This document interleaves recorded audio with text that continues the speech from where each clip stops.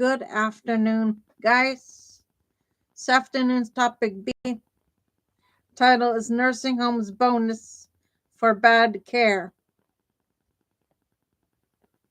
In quotes, we've got scandal. On your open page is not a standalone slogan. It's the author's shorthand for what the surrounding article documents in detail. A perverse intensive system in Utah's Medicaid reimbursement structure that ends up rewarding nursing homes financially even when their care quality is poor.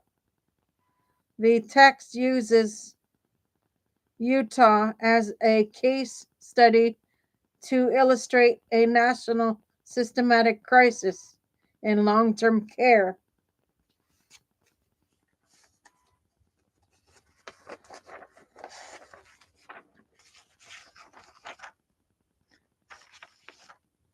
What the phrase means in the context of the page. The article explains that Utah's Upper Payment Limit, or UPL, program has distributed over $1 billion in federal funds since 2017 to nursing homes that serve Medicaid residents. These funds are intended to improve staffing, training, and quality of care, but the surrounding content shows UPL funded facilities perform worse on staffing, inspections, and overall CMS ratings than facilities that do not receive these bonuses.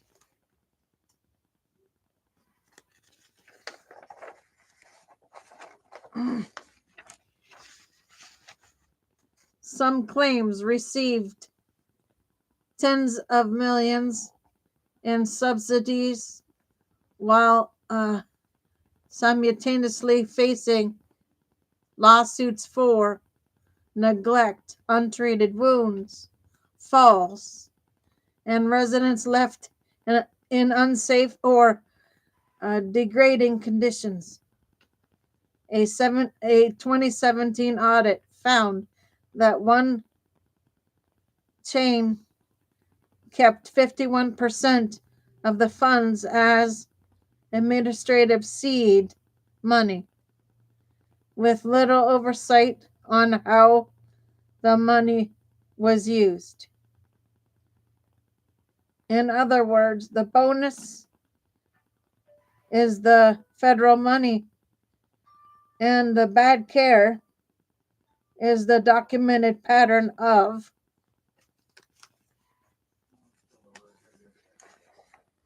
understaffing,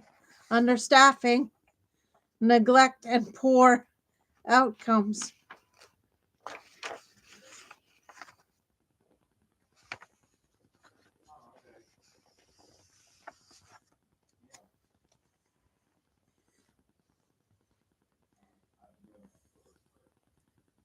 The scandal is that the two coexist.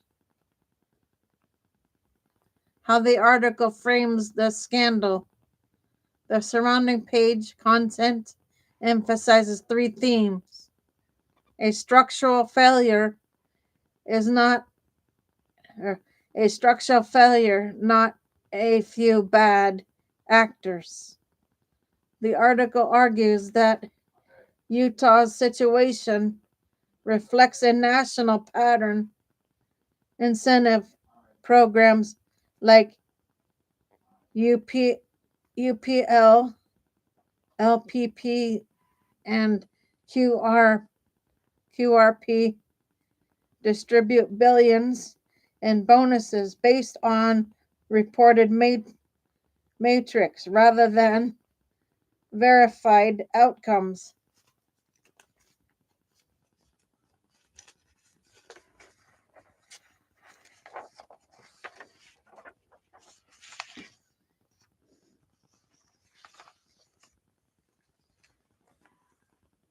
Nine in 10 U.S. nursing homes fall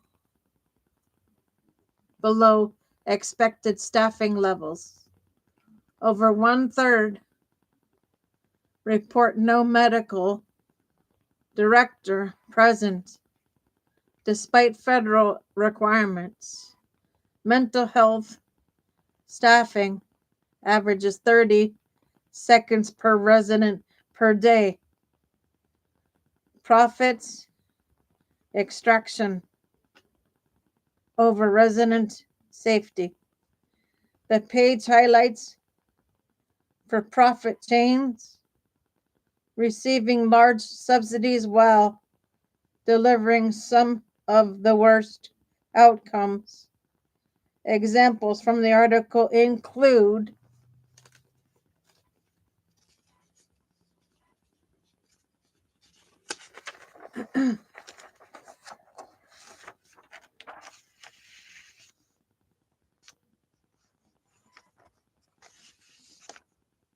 St. George rehabilitation lawsuits alleging untreated bedsore falls and beyond this disgusting care.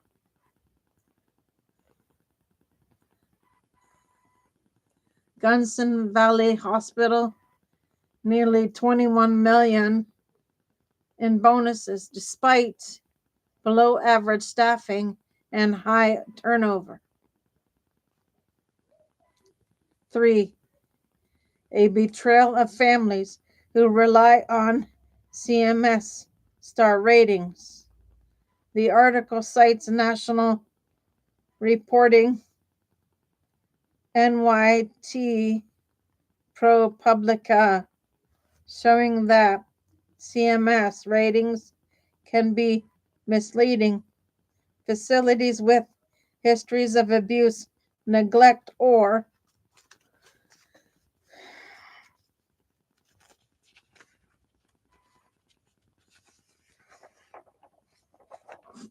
falsified diagnoses still receive high star ratings.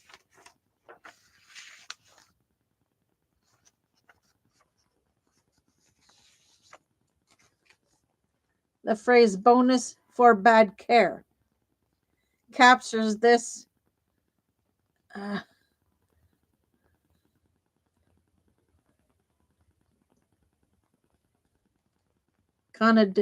contradiction. Taxpayer dollars intended to improve care are instead subsidizing facilities that consistently fail residents. Why the offer says it matters for seniors and families.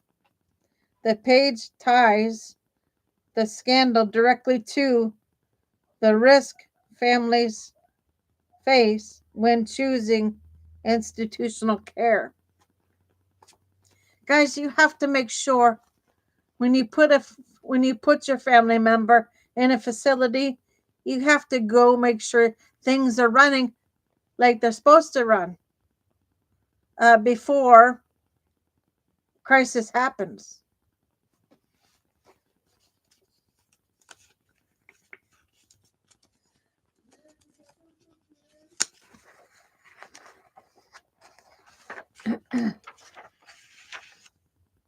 Financial harm. Facilities pay high costs while their tax dollars simultaneously fund poor care. Physical and emotional harm. Understaffing leads to falls, infections, pressure injuries, and psychological distress. Erosion of trust. Families choose high-performing homes based on CMS ratings that may not reflect reality. The author uses this scandal to argue for aging in place planning, supported decision making, advanced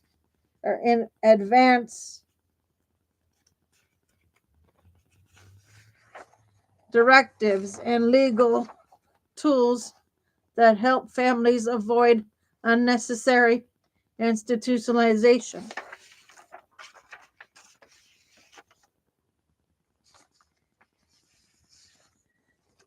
How the phrase functions rhetorically.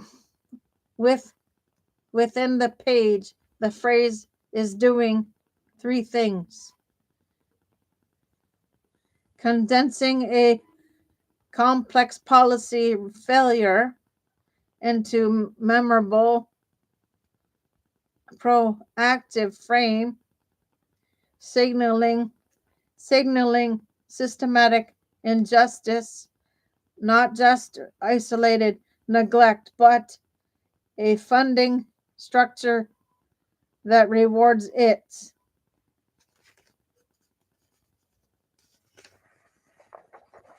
Motivating action. The article repeatedly urges families to investigate facilities, use legal protections, and prioritize home-based care. It's not just a headline, it's the thesis of the entire piece.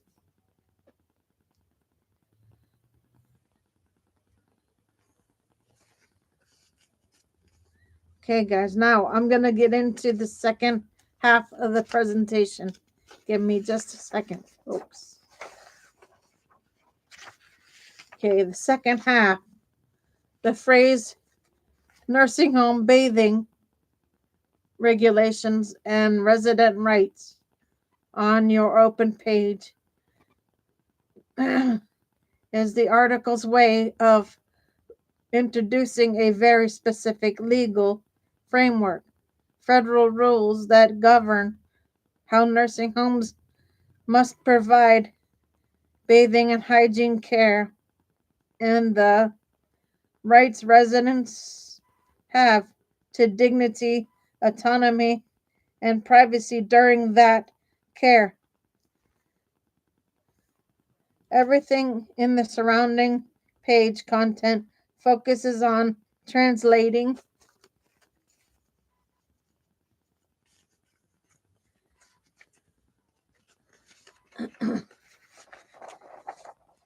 these federal regulations into plain language so families understand what is required, what is optional, and what to do when facilities fall short.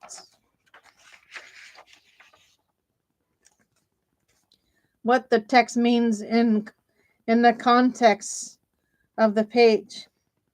The article explains that bathing in nursing homes is not just a routine task. It's a regulated clinical service tied to federal quality of care standards. Facilities must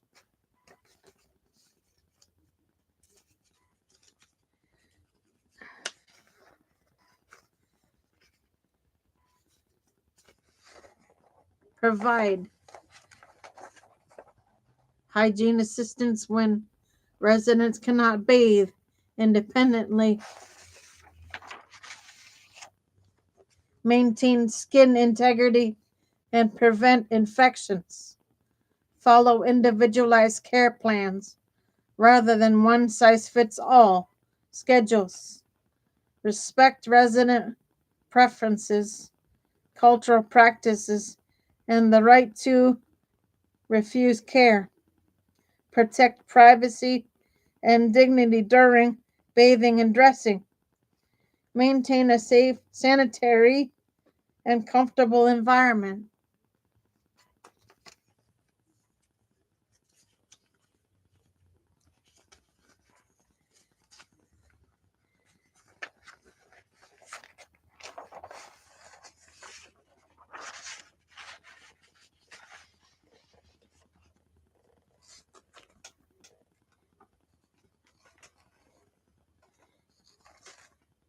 including clean linens and regulated indoor temperatures.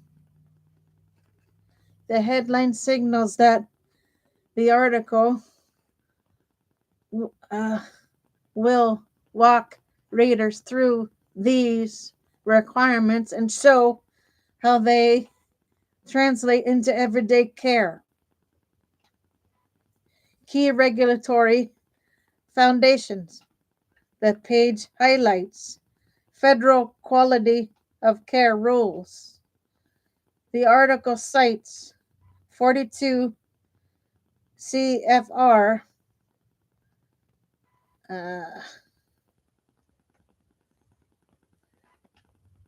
483 and 480-25, which require nursing homes to help residents reach their highest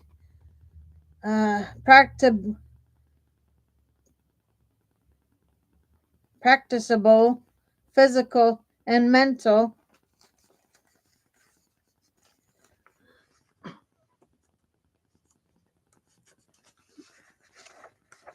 well-being. Bathing and grooming and oral hygiene are explicitly included as essential activities for daily living.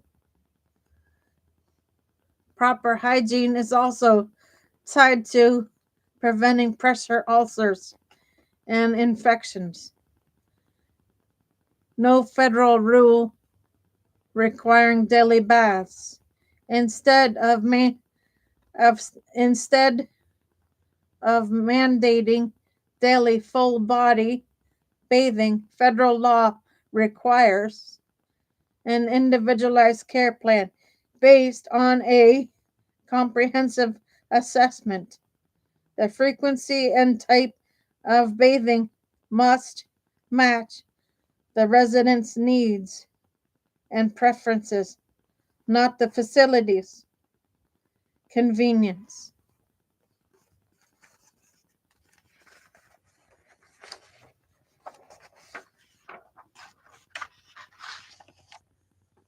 Resident autonomy and choice. Residents have the right to participate in planning their care, choose their daily schedule, including when they bathe, have cultural or personal preferences honored, refuse a bath, any other service. If a resident refuses, staff must respond respectfully and work to find alternatives that still protect health.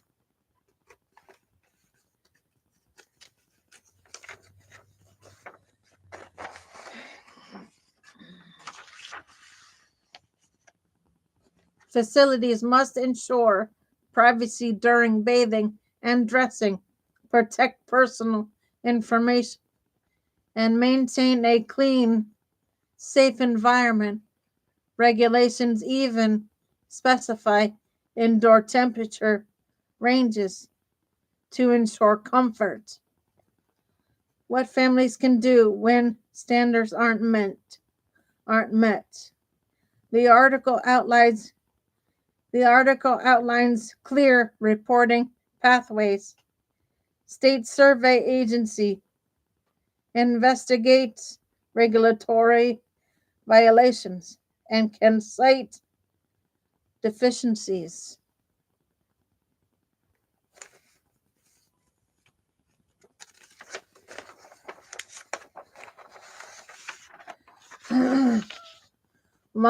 Long-term care ombudsman program advocates for residents and helps and resolve complaints. Detailed documentation, dates, times, staff names, and the impact on the resident. Strengthen any complaints. This section reinforces that bathing issues are not minor complaints. They are tied to federal rights and safety standards. How the headline frames the article purpose.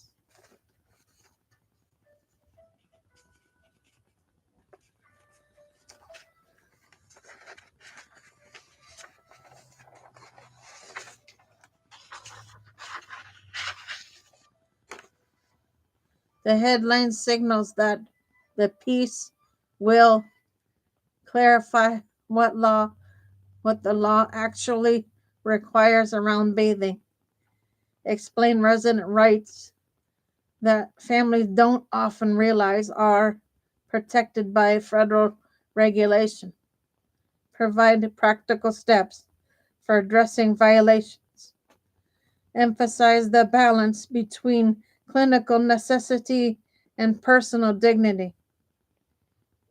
It positions bathing not as a routine but task, but as a legal and ethical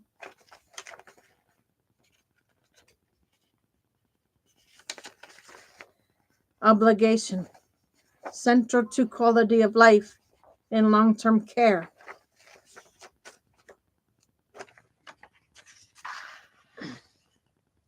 Okay, guys, that's your B. I will be back on later with C in a bit. For now, Gator Wellness. Take care, folks.